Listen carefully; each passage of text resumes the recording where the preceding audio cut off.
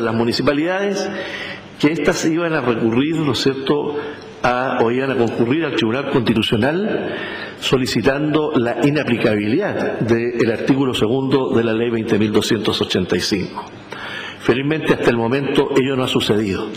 Y nosotros le manifestábamos en esas ocasiones, o en esas oportunidades, que efectivamente, ¿no es cierto?, ellos eran órganos, ¿no es cierto?, constitucionales, pero para cumplir sus funciones, y que su independencia, su autonomía, estaba referido específicamente a esas funciones, pero que ellos estaban sujetos al cumplimiento de otras leyes.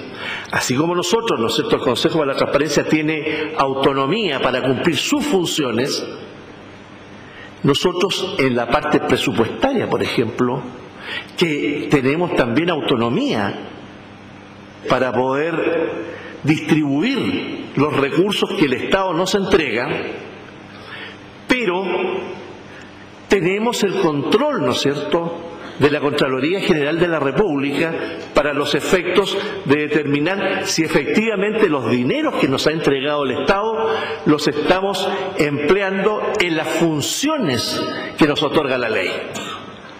Porque entender, ¿no es cierto?, de que nuestra autonomía nos permitiría hacer uso de esos dineros, por ejemplo, en cosas que son distintas a las funciones que nos otorga la ley, no estaríamos cumpliendo efectivamente primero con las normativas presupuestarias del Estado de Chile, y en segundo lugar estaríamos haciendo, ¿no es cierto?, una malversación de los fondos públicos.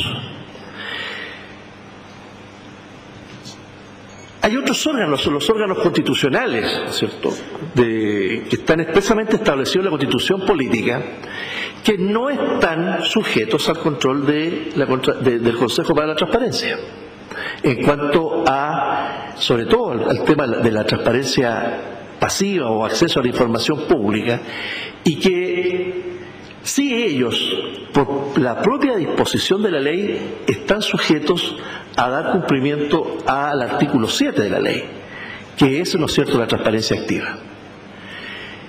Pero no porque la ley de acceso a la información pública, ¿no es cierto?, establezca que estos órganos están sujetos, ¿no es cierto?, a esta obligación, ellos van a perder su autonomía.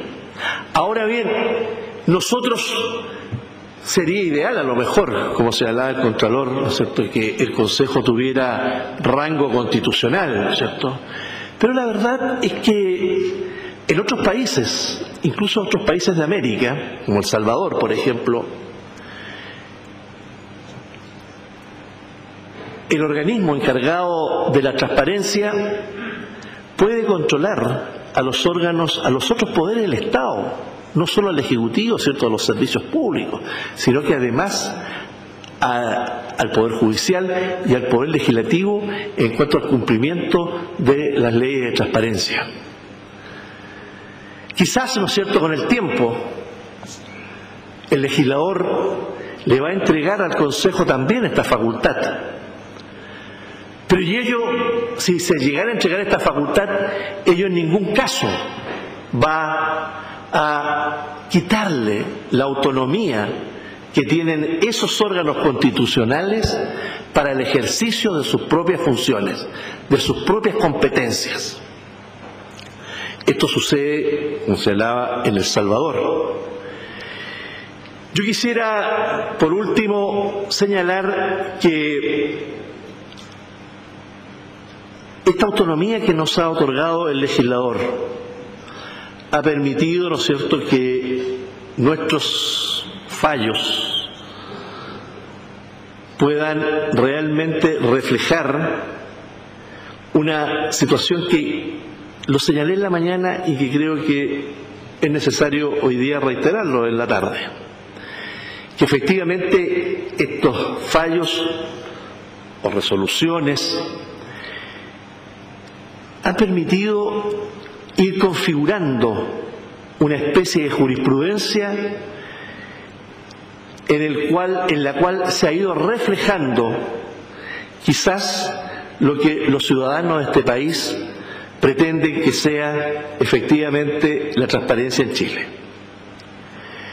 Y Lo hemos hecho con mucha moderación, con mucha prudencia, tratando siempre de determinar a través de los hechos que nos presentan las partes involucradas en los amparos por acceso a la información pública, para así, ¿no es cierto?, ir conformando esta jurisprudencia que no solo nos va a servir a nosotros hoy día para seguir manteniendo, sino que también a aquellos que nos van a suceder en los cargos.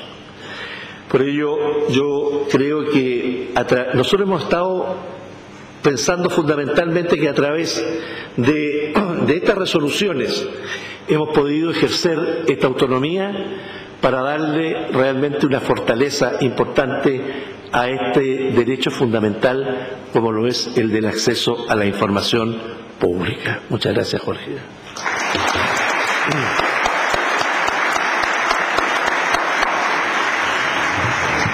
Muchas gracias, presidente. Hemos tenido el privilegio de 13 panelistas que se han mantenido exactamente en el tiempo, lo que nos deja 15 minutos para preguntas. ¿Tienen ustedes unos tarjetones en las carpetas, Andrea?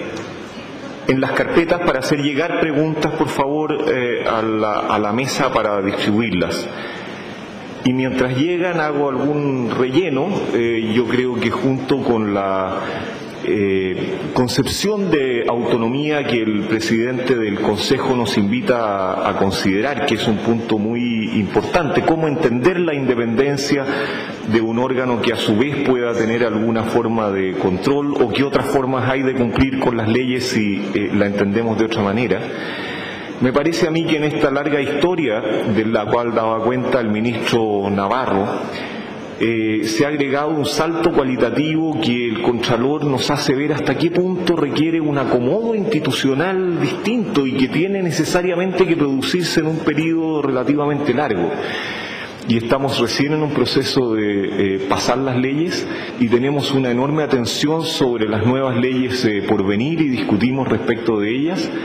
Pero yo creo que en este proceso de acomodo que se juega en el campo de la realidad está sin duda en entredicho la eficacia que el sistema de transparencia y de control de la transparencia va a tener. Y yo creo que es particularmente atractiva esta noción de que el círculo no es solo el de competir por una cuota de poder que de alguna manera el nuevo actor ha venido a desordenar, sino la posibilidad de un entendimiento, de un círculo virtuoso, diría yo, de complementación, para que la transparencia, la probidad, la participación transformen esta tríada, decía el Contralor, en una transformación de gobierno ciudadano mucho más potente para alcanzar los valores que todos deseamos. Me parece a mí que ahí hay algunas ideas muy potentes en lo que hemos escuchado, que lo hago simplemente para mantener el tiempo. Si me traen preguntas, por favor, aunque no tengan muchas, para efectos de comenzar el diálogo. Si tampoco tenemos demasiado tiempo para demasiadas preguntas, así que lleguen unas pocas y ya tenemos. Vamos a tener que ser...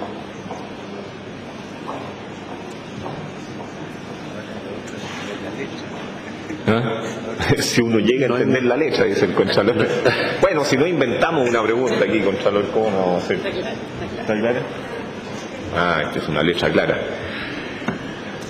¿Por qué no entran todos en la misma ley, sobre todo los legisladores? ¿Qué hace que el legislador quede fuera de esta ley? ¿Qué hace que el resto de los órganos quede fuera de esta ley?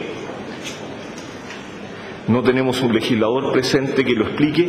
El debate legislativo tampoco lo explica. En el debate legislativo el Congreso entiende que es su propia ley la que habrá de regular esto. Y ustedes conocen el debate que ha habido respecto de la transparencia de las actuaciones de las comisiones. Respecto de los restantes órganos ha habido ya una noticia, una explicación por parte del ministro Navarro de lo que, un relato respecto de lo que estimó el Tribunal Constitucional en razón de la independencia. No sé, ¿tú quieres tomar?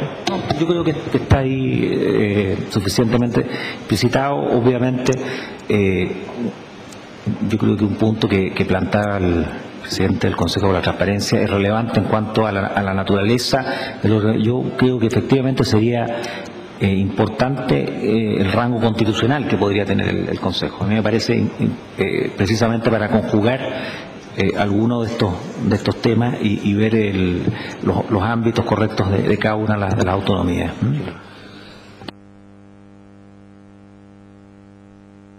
Okay. ¿Cuál es la opinión del Consejo respecto de la no aplicación de la mayor parte de la ley de transparencia al Congreso? Una pregunta que complementa. Yo creo que va a tener que contestarla, presidente, por algún lado. Llega por todos lados esta misma pregunta. ¿No? Sí, bueno, sí. La verdad es que yo fui legislador, fui parlamentario.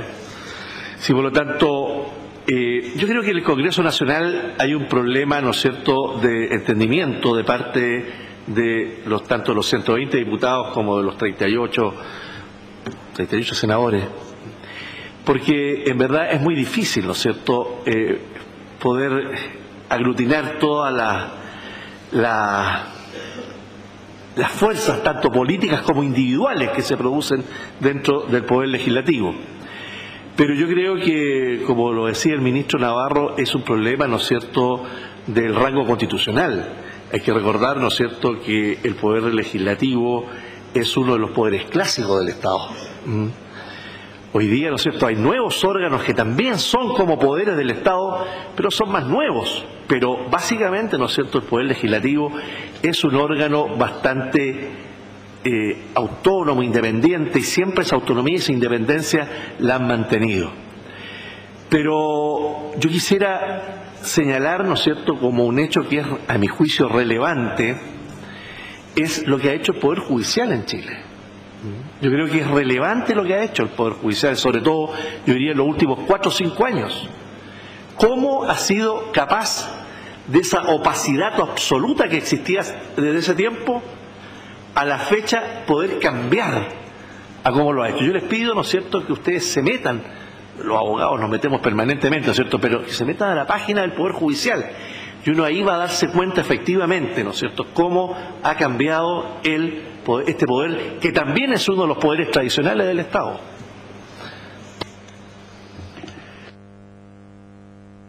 Un par de preguntas dirigidas más directamente al Contralor, preguntando, luego voy a hacer una pregunta general, preguntando cómo entiende la Contraloría la autonomía del Consejo. Es una pregunta que se formula de esa manera y se formula de otra manera. Dice, ¿algún caso en que la Contraloría pudiese intervenir en una determinación del Consejo para la Transparencia? Bueno, nosotros entendemos en general, tal como les decía al principio, la autonomía de los órganos que la poseen para que la ejerzan de manera competencial y, aunque parezca una redundancia, autónoma. Yo pensaba, mientras escuchaba a Raúl, en un órgano que, sin tener efectivamente una ley orgánica constitucional de enseñanza, y todos le reconocemos a la universidad la autonomía universitaria, pero pensaba bien cuando escuchaba a Raúl, y creo que lo dijo bien, en el sentido de que en realidad las autonomías no relevan el cumplimiento de la ley. O sea, la autonomía no es una exención de cumplimiento de la ley, y cualquier órgano autónomo, sea una autonomía constitucional o no constitucional, está obligado a cumplir el ordenamiento jurídico. Ahora, la autonomía parece ser un elemento de blindaje para que ingresen otros, pero no puede ser en los ámbitos competenciales de donde tienen su autonomía esencial. O sea, la Contraloría General no puede ingresar a las reglas, ¿cierto?, de atribuciones que dicen en relación con los requisitos para obtener un título profesional en una universidad, pero sí podrá reglar y dictaminar en relación a las cumplimiento de la ley de compra, en el caso de la ley 19.886, en el cumplimiento de las reglas estatutarias y de personal, en lo que se refiere a la aplicación de los estatutos singulares o generales que les sean aplicables, en lo que se refiere a la forma como deben hacerse la inversión de fondos públicos. Y si uno transporta esto, digamos, a las reglas de la autonomía